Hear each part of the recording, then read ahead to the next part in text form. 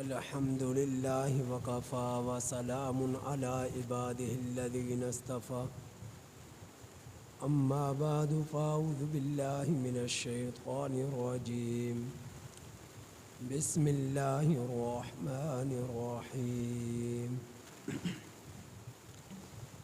ومن يطع الله والرسول فأولئك الذين أنعم الله عليهم من النبيين والصديقين والشهداء والصالحين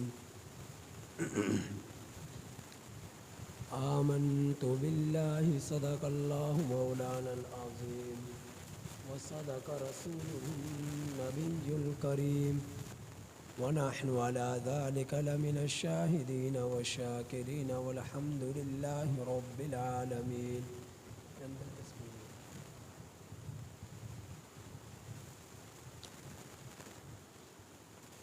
میرے واجب الاحترام عزیز سامعین حضرات، آج ربیع الاول کے مہینے کی 12 تاریخ ہے۔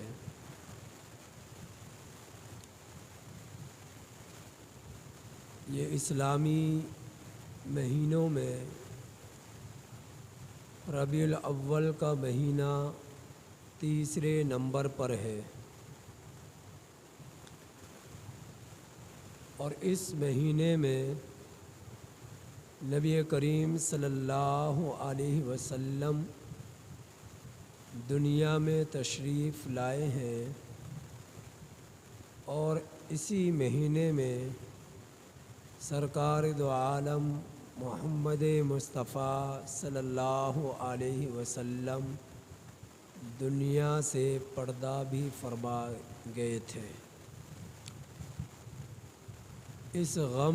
اس دنیا میں آپ صلی اللہ علیہ وسلم کی تشریف آوری بھی ربیع الاول کے مہینے میں ہوئی، اور آپ صلی اللہ علیہ وسلم اس دنیا سے رخصت بھی ربیع الاول کے مہینے میں ہوئے۔ اس مہینے کا نام کہ جس میں نبی کریم صلی اللہ علیہ وسلم دنیا میں تشریف لائے، ربیع الاول کہا جاتا ہے۔ ربیع کا معنی ہے بہار، اول کا معنی ہے پہلا، ابتدا۔ تو مطلب کیا ہوا؟ موسم بہار کی ابتدا۔ ربیع الاول، ربیع کا معنی ہے بہار، اول کا معنی ہے پہلا، ابتدا، شروع۔ تو اس مہینے کا نام ربیع الاول اس لیے رکھا گیا کہ اس مہینے کے شروع میں موسم بہار کی ابتدا ہوتی ہے، پھل پکنا شروع ہوتے ہیں اور پھول نکلنا شروع ہوتے ہیں۔ تو موسم بہار کی ابتدا میں، اور جب اس مہینے کے آخر ہوتا ہے، اور جوں یہ آگے کی طرف بڑھتا ہے تو آخر میں پھل پک جاتے ہیں، پھول نکل جاتے ہیں، پھل پک جاتے ہیں، پھول نکل آتے ہیں، کلیاں کھل جاتی ہیں۔ تو آپ صلی اللہ علیہ وسلم جب تشریف لائے تو ایسے مہینے میں تشریف لائے جو مہینہ کلیوں کے کھلنے کا ہے، پھولوں کے خوشبو دینے کا ہے، اور پھلوں کے پکنے کا ہے۔ اس مہینے میں تشریف لائے، آپ صلی اللہ علیہ وسلم، اس لیے اس مہینے کو ربیع الاول کہا جاتا ہے۔ اس لیے اسی شاعر نے کیا خوب کہا، نور من نور من نور، ربیع فی ربیع فی ربیع، ربیع فی ربیع فی ربیع۔ عربی کا یہ شعر ہے۔ اس کا دوسرا جز ہے کہ نور فوق نور فوق نور۔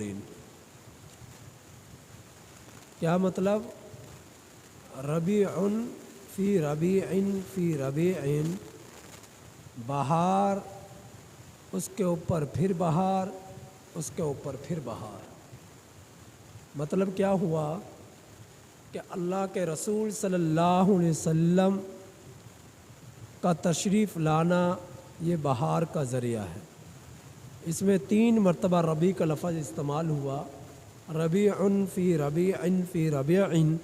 پہلے ربیع سے مراد نبی کریم صلی اللہ علیہ وسلم کی ذات اقدس ہے۔ دوسرے ربیع سے مراد موسم بہار ہے۔ تیسرے ربیع سے مراد ربیع الاول کا مہینہ ہے۔ پہلے ربیع سے مراد نبی کریم صلی اللہ علیہ وسلم کی ذات اقدس ہے۔ دوسرے ربیع سے مراد موسم بہار ہے۔ تیسرے ربیع سے مراد ربیع الاول کا مہینہ ہے۔ تو آپ صلی اللہ علیہ وسلم کی آمد کے ساتھ بہار کا مہینہ شروع ہو چکا، کلیاں کھلنے لگی، پھول نکلنے لگے، پھل پکنے لگے، پھول نکلنے لگے، اور جس مہینے میں تشریف لائے تو پورا کا پورا مہینہ کلیوں کے نکلنے کا، پھولوں کے کھلنے کا، اور پھلوں کے پکنے کا، اور بہار کے موسم کا وہ مہینہ بن گیا، جس مہینے میں اللہ کے رسول صلی اللہ علیہ وسلم تشریف لائے۔ ربیع الاول کے مہینے کے بعد مہینہ آتا ہے ربیع الاخر، اور اس مہینے کو ربیع الثانی بھی کہا جاتا ہے۔ تو اس مہینے کے ربیع الاخر ربیع الثانی کیوں کہا جاتا ہے؟ کہ اس مہینے میں پھل پوری طرح پک چکے ہوتے ہیں، کلیاں پوری طرح نکل چکی ہوتی ہیں، پھول پوری طرح کھل چکے ہوتے ہیں، اس لیے ربیع الاخر کہا جاتا ہے اس مہینے کے بعد۔ تو آپ صلی اللہ علیہ وسلم ربیع الاول کے مہینے میں آئے۔ ایک قول ملتا ہے کہ رمضان کے مہینے میں تشریف لائے، ایک قول یہ بھی ملتا ہے کہ آپ صلی اللہ علیہ وسلم ماہ رمضان میں تشریف لائے۔ ایک بات پوری طرح متفقہ ہے کہ پیر کے دن تشریف لائے، آپ صلی اللہ علیہ وسلم سمار کے دن تشریف لائے، اور اس بات پر بھی تمام ائمہ کا اتفاق ہے کہ سمار ہی کے دن دنیا سے پردہ فرما گئے، سمار کے دن دنیا میں تشریف لائے، سمار ہی کے دن میرا نبی دنیا سے پردہ فرما گئے، اس بات پر بھی اتفاق ہے۔ ربیع الاول کے مہینے میں تشریف لائے، اکثر ائمہ کا اسی پر اتفاق ہے، ایک آدھا قول ماہ رمضان کا ملتا ہے۔ اب رہی بات کہ جس وقت نبی کریم صلی اللہ علیہ وسلم تشریف لائے وہ تاریخ کیا تھی؟ یہ بات یاد رکھیے گا، میرے نبی کے آمد کی تاریخ میں بھی اختلاف ہے، میرے نبی کے دنیا سے پردہ فرمائے جانے کی تاریخ میں بھی اختلاف ہے۔ آپ صلی اللہ علیہ وسلم جس تاریخ میں تشریف لائے، پہلا قول یکم ربیع الاول، نمبر 2 ربیع الاول، نمبر 3 8 ربیع الاول، نمبر 4 12 ربیع الاول، نمبر 5 17 ربیع الاول، نمبر 6 18 ربیع الاول، نمبر 7 22 ربیع الاول۔ یا آپ صلی اللہ علیہ وسلم کی ربیع الاول کے مہینے میں جس میں تشریف لائے اس کی تاریخوں میں اختلاف، اکثر رائے 12 ربیع الاول کی طرف ہے، 8 ربیع الاول کی طرف ہے کہ 8 ربیع الاول کو آپ صلی اللہ علیہ وسلم دنیا میں تشریف لائے۔ اکثر احباب کی، ائمہ کی رائے 8 ربیع الاول کی طرف اقوال راجح ہوتے ہیں۔ وفات کے کہ آپ صلی اللہ علیہ وسلم دنیا سے کون سی تاریخ میں پردہ فرما گئے، وصال ہوا، تو اس بارے میں کئی اقوال ہیں۔ نمبر 1 2 ربیع الاول، نمبر 2 8، نمبر 3 10، نمبر 4 12، 13، 14، 15، یہ تاریخیں ملتی ہیں آپ صلی اللہ علیہ وسلم جس تاریخ میں دنیا سے پردہ فرما گئے، وصال ہو گیا۔ اکثر رائے اور راجح قول جو ملتا ہے وہ ملتا ہے دنیا سے پردہ فرمائے جانے کا 12 ربیع الاول کو، کہ آپ صلی اللہ علیہ وسلم 12 ربیع الاول کو اس دنیا سے وصال آپ کا ہوا، اس دنیا سے پردہ فرما گئے نبی کریم صلی اللہ علیہ وسلم۔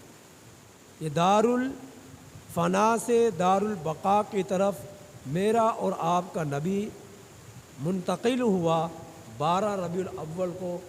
اس 12 ربیع الاول کی تاریخ کے بارے میں راجح اقوال ملتے ہیں۔ اب ان دونوں طرح کی وفات اور ولادت کی باتوں سے آپ حضرات کو بات کیا سمجھ میں آئی؟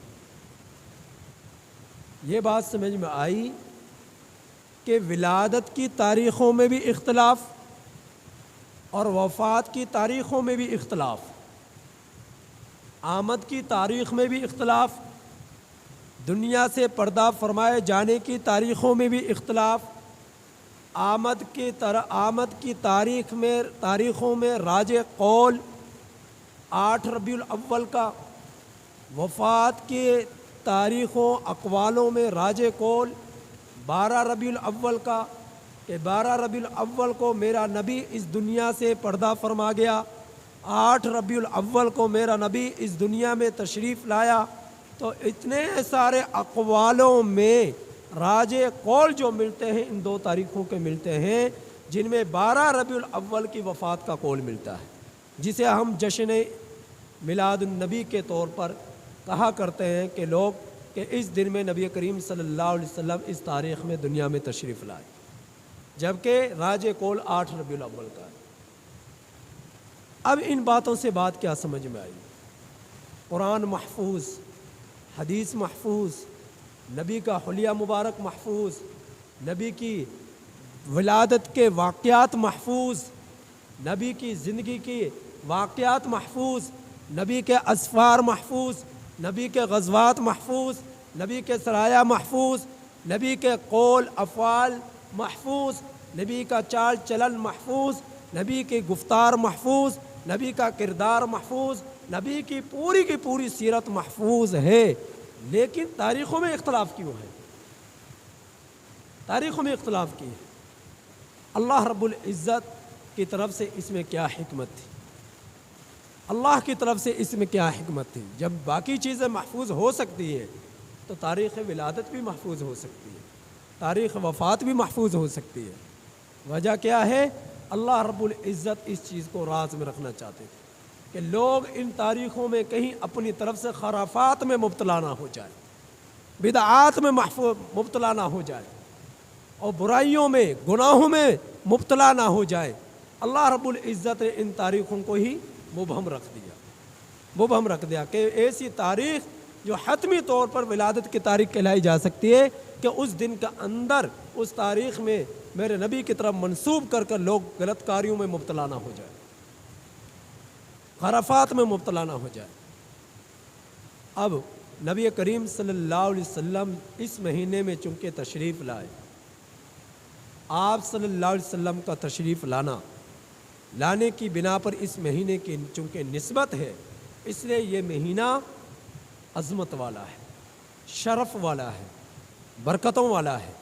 لیکن اللہ کی طرف سے، میرے نبی کی طرف سے، میرے نبی کے صحابہ کے عمل کی طرف سے کوئی چیز ہمیں ایسی نہیں ملتی کہ جس جس عمل کو اس مہینے کے ساتھ مختص کیا جائے کہ اللہ کے رسول صلی اللہ علیہ وسلم نے کوئی خاص عمل اس مہینے میں کرنے کا حکم دیا، اللہ کے نبی کے صحابہ نے کوئی خاص عمل خاص طریقے سے اس مہینے میں کیا، اللہ رب العزت نے قرآن کریم میں کوئی خاص حکم خاص عمل اس مہینے میں کرنے کا دیا۔ آپ قرآن کو اٹھا کر دیکھ لیں، آپ حدیث کو اٹھا کر دیکھ لیں، آپ صحابہ کی زندگی کو دیکھ لیں، آپ نبی کی زندگی کو دیکھ لیں، آپ کو آپ صلی اللہ علیہ وسلم کی زندگی سے، آپ صلی اللہ علیہ وسلم کے صحابہ کی زندگی سے، قرآن میں حدیث میں آپ کو کوئی ایسا خاص عمل ایسا نہیں ملے گا جیسا کہ ماہ رمضان کے روزے رمضان کے مہینے میں ملے، جیسا کہ عیدین کی نماز یکم شوال کو عید الفطر کی نماز آپ کو ملی بطور تحفہ کے، خوشی کا دن ملا، عید الاضحیٰ کی 10 ذی الحج کو یہ خوشی کا دن آپ کو عید الاضحیٰ کی صورت میں ملا۔ تو ایسے جس طرح ان تاریخوں کا تعین ہے، 15 شعبان آپ صلی اللہ علیہ وسلم نے، اس میں بہت ساری احادیثیں ملتی ہیں، آپ کو ربیع الاول کے مہینے میں آپ صلی اللہ علیہ وسلم کی طرف سے کوئی ایسا پیغام نہیں ملا، اللہ کی طرف سے کوئی پیغام نہیں ملا کہ تم اس طرح جشن مناؤ، تم اس طرح جو ہے بھنگڑے ڈالو، تم اس طرح جو ہے خاص عمل کرو، قبرستان جاؤ۔ وہ میں بتلاتا ہوں باقی چیزیں جو ہو رہی ہیں۔ تو آپ صلی اللہ علیہ وسلم کی طرف سے کوئی ایسا خاص عمل مختص نہیں ہوا اس امت کے لیے اس مہینے کے اندر۔ آپ صلی اللہ علیہ وسلم جس مہینے میں تشریف لائے وہ آپ کے سامنے آ گیا، جن تاریخوں میں تشریف لائے ان کا اختلاف آپ کے سامنے آ گیا، اور یہ بات تو اٹل ہے۔ آپ صلی اللہ علیہ وسلم عام الفیل والے سال تشریف لائے۔ عام الفیل کا کیا معنی؟ کہ جس سال ابرہا اپنے لاؤ لشکر کے ساتھ بیت اللہ کو گرانے کے لیے آیا اور اس کے ہاتھیوں پر اللہ کا عذاب آیا، اس کے لشکر پر اللہ کا عذاب آیا، تو جس سال میں یہ واقعہ پیش آیا اس سال آپ صلی اللہ علیہ وسلم دنیا میں تشریف لائے۔ یہ بات بھی کنفرم ہے، اس سال نبی کریم صلی اللہ علیہ وسلم دنیا میں تشریف لائے۔ تو اب ربیع الاول کا جو مہینہ ہے، اس مہینے کے اندر جب یہ آ گیا تو ہونا کیا چاہیے؟ جو یہ کہتا ہے کہ مجھے اللہ کے نبی سے محبت ہے، اللہ کے نبی سے محبت کا دعوے دار ہے اور اس کے دل میں نبی کی محبت ہے، تو محبت یہ پاکیزہ رشتہ ہے، محبت یہ پاکیزہ لفظ ہے اور اس کا دل کے ساتھ تعلق ہے۔ دل کا میلان اور جذبہ کس طرف ہو؟ نبی کی طرف ہو، نبی کی محبت پوری طرح دل میں سرایت کر چکی ہو، نبی کی محبت پوری طرح دل میں سرایت کر چکی ہو، تو جو اللہ کے نبی صلی اللہ علیہ وسلم سے عشق کا دعویٰ کرتا ہے، محبت کا دعویٰ کرتا ہے، تو اسے چاہیے کہ وہ درج ذیل باتوں پر عمل کرے۔ وہ درج ذیل باتیں کیا ہیں؟ وہ کیا ہے کہ اللہ کے رسول صلی اللہ علیہ وسلم پر ایمان لایا جائے، آپ صلی اللہ علیہ وسلم پر ایمان لایا جائے۔ نمبر 2، نبی کریم صلی اللہ علیہ وسلم سے محبت کی جائے، آپ صلی اللہ علیہ وسلم سے عشق کیا جائے، آپ صلی اللہ علیہ وسلم سے اپنی جان، اپنا مال، اپنی اولاد، پوری کائنات سے بڑھ کر آپ کے دل میں نبی کی محبت ہو، آپ کے دل میں نبی کی محبت ہو۔ نمبر 3، نبی کی پیروی، آپ صلی اللہ علیہ وسلم کی اتباع میں، آپ صلی اللہ علیہ وسلم کی سنتوں پر عمل کرنے میں آپ جو ہے انتھک محنت کریں اور اپنی جان پوری طرح کھپا دیں۔ آپ صلی اللہ علیہ وسلم کی پیروی میں، سنتوں کی اتباع میں، آپ صلی اللہ علیہ وسلم کی سیرت پر عمل کرنے میں، آپ صلی اللہ علیہ وسلم کی سنتوں کو زندہ کرنے میں، آپ صلی اللہ علیہ وسلم کی زندگی کو اپنانے میں پوری جان کھپا دیں۔ نمبر 4، آپ اپنے نبی کے لیے جان، مال، تن من دھن جو کچھ قربان کر دینا پڑے تو آپ اسے قربان کیے جانے میں دریغ نہ کریں۔ آپ صلی اللہ علیہ وسلم کی آل سے محبت کریں، آپ صلی اللہ علیہ وسلم کے صحابہ سے محبت کریں، آپ صلی اللہ علیہ وسلم کے باتوں پر عمل کریں، اقوال پر عمل کریں، آپ صلی اللہ علیہ وسلم کے طریقوں پر عمل کریں، آپ صلی اللہ علیہ وسلم کی سنتوں کو زندہ کریں اور ہر طرح کی برائیوں سے بچ جائیں، ہر طرح کے گناہوں سے اپنے آپ کو دور کر لیں۔ اگر آپ ایسا کر رہے ہیں کہ آپ کے دل میں نبی کی محبت ہے، آپ کے دل میں، آپ کی زندگی میں نبی کی اتباع ہے، آپ کی زندگی میں نبی کی پیروی ہے، آپ کی زندگی میں نبی کی سنتیں زندہ ہیں، آپ اپنے نبی کے لیے تن من دھن سب کچھ قربان کر دینے کے جذبات رکھتے ہیں تو سمجھ لو آپ کو اپنے نبی سے عشق ہے، آپ کو اپنے نبی سے محبت ہے۔ آج ہم اپنی زبانوں سے نبی سے محبت کے دعوے کرتے ہیں لیکن عمل کچھ بھی نہیں ہے، عمل کچھ بھی نہیں ہے۔ دعوے تو منافقین مدینہ بھی کیا کرتے تھے، دعوے تو منافقین مدینہ بھی کیا کرتے تھے، یہودی بھی کیا کرتے تھے، نصرانی بھی کیا کرتے تھے، لیکن عمل کچھ نہیں تھا، ایمان دل میں نہیں تھا۔ اللہ رب العزت نے انہیں بدترین کافر قرار دیا، بدترین کافر قرار دیا۔ تو آپ اپنا دل میں نبی کی محبت اور ظاہر سے اس محبت کا اظہار، آپ کا چال چلن، آپ کا رہن سہن، آپ کی گفتار، آپ کا قول، آپ کا عمل، آپ کی تجارت، آپ کی زندگی، آپ کا سارا کچھ نبی کی اتباع میں ہو، آپ کی دل کی دھڑکنیں نبی کے عشق میں تڑپ رہی ہو، اور آپ کی زندگی کا ظاہر نبی کے عشق کو نبی کی اتباع کو ظاہر کر رہا ہو، آپ کے چال چلن سے اس کا ظہور ہو رہا ہو، یہ ہے آپ کو محبت نبی کریم صلی اللہ علیہ وسلم سے۔ تو ماہ ربیع الاول کے مہینے میں بہت سارے کام ایسے کیے جاتے ہیں جن سے دین کے ساتھ دور تک بھی کوئی تعلق نہیں ہے، جن کا دین کے ساتھ دور تک بھی کوئی تعلق نہیں ہے۔ اور اب تو آپ کے علم میں ہے کہ عید میلاد النبی بھی منائی جاتی ہے، آپ صلی اللہ علیہ وسلم کا نام کیک پر لکھا جاتا ہے، پھر نبی کے نام کو کیک پر کاٹا جاتا ہے، چھری چلائی جاتی ہے۔ یہ کیسا عشق ہے؟ صحابہ نے کیک کاٹے، نبی نے کیک کاٹا۔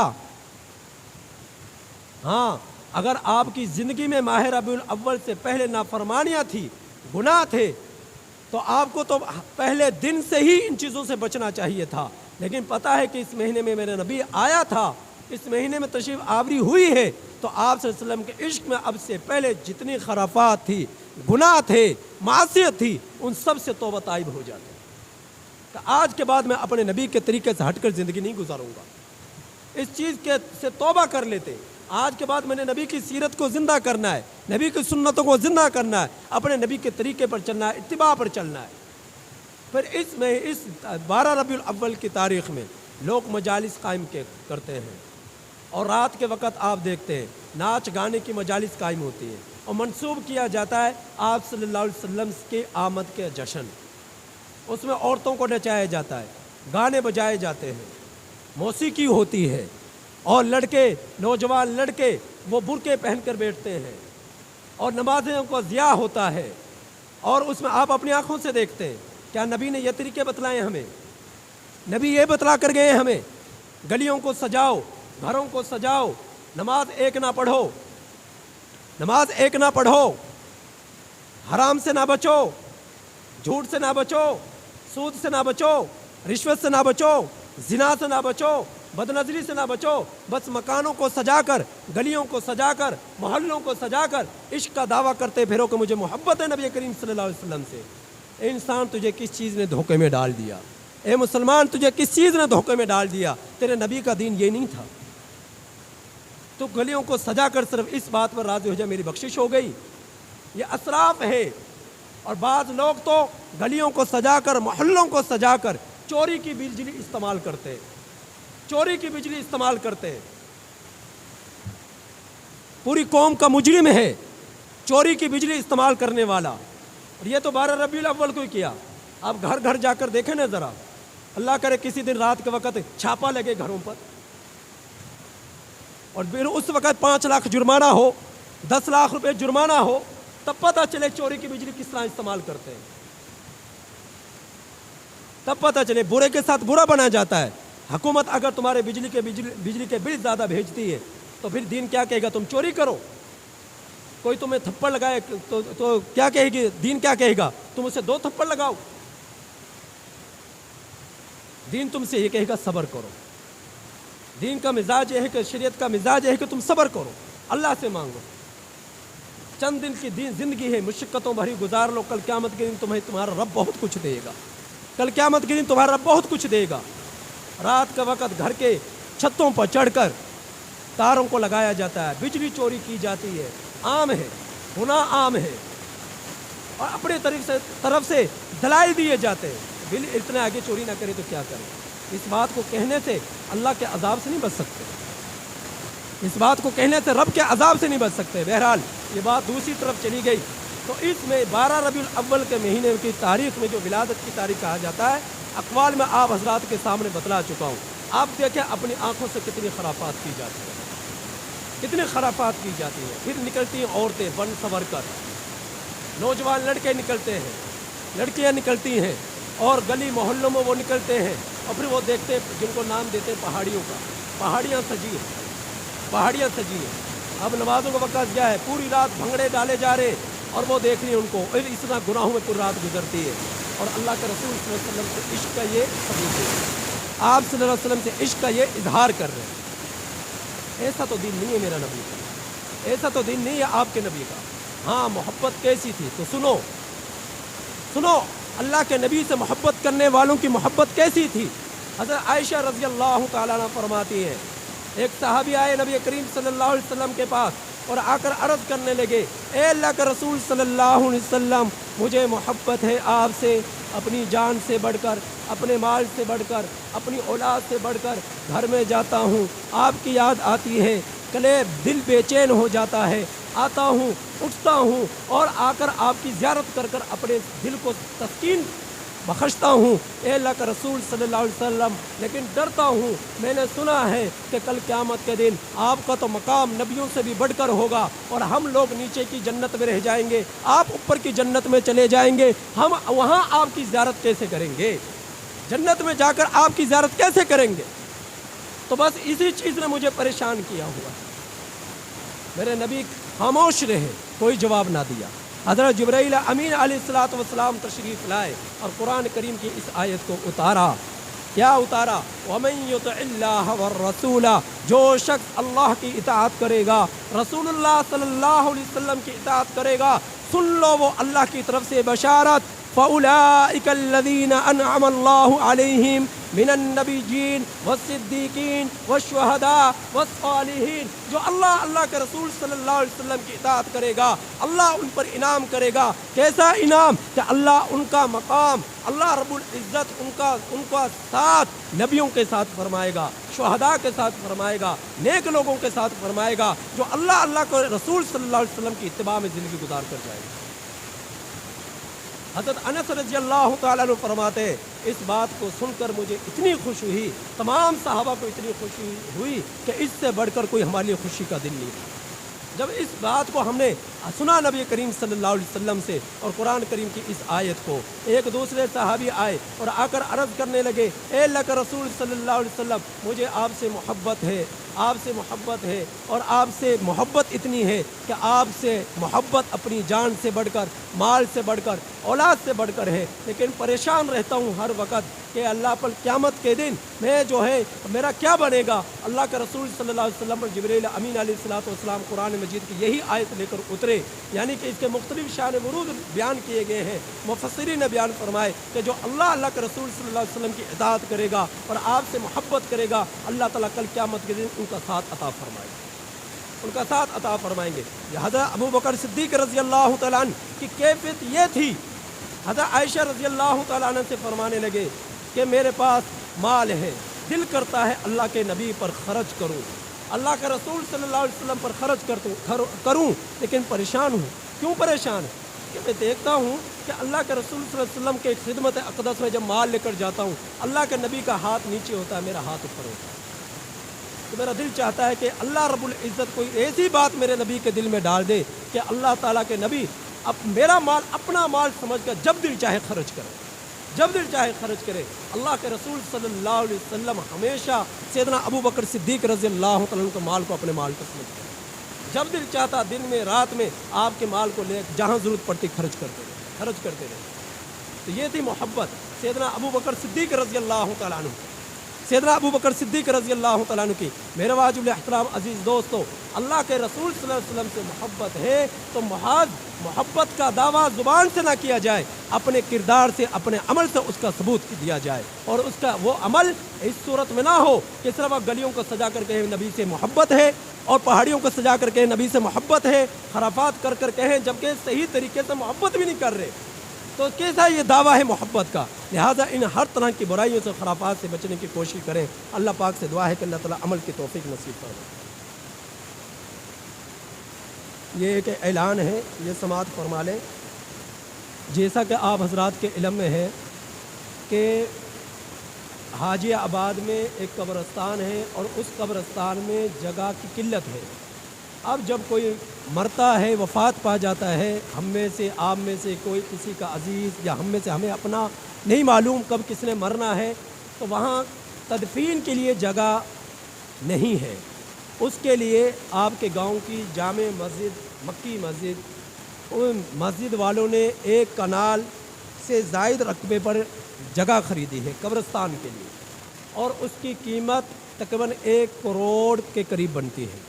تو ان احباب حضرات کی طرف سے یہ اعلان ہے کہ اس جگہ کی قیمت کی ادائیگی میں آپ میں سے ہر شخص تعاون کرے تاکہ اس کی قیمت ادا کی جا سکے، اور یہ آپ حضرات کے لیے، ہم سب کے لیے بہت بڑا صدقہ جاریہ ہے، اور نہیں معلوم ہم میں سے کون کم مرے گا، تو زمین میں دفن تو سب نے ہونا ہے، لہٰذا اپنی زندگی میں آج کچھ نہ کچھ ضرور قبرستان کی جگہ کے لیے آپ خرچ کریں، آپ کے لیے یہ صدقہ جاریہ ہوگا۔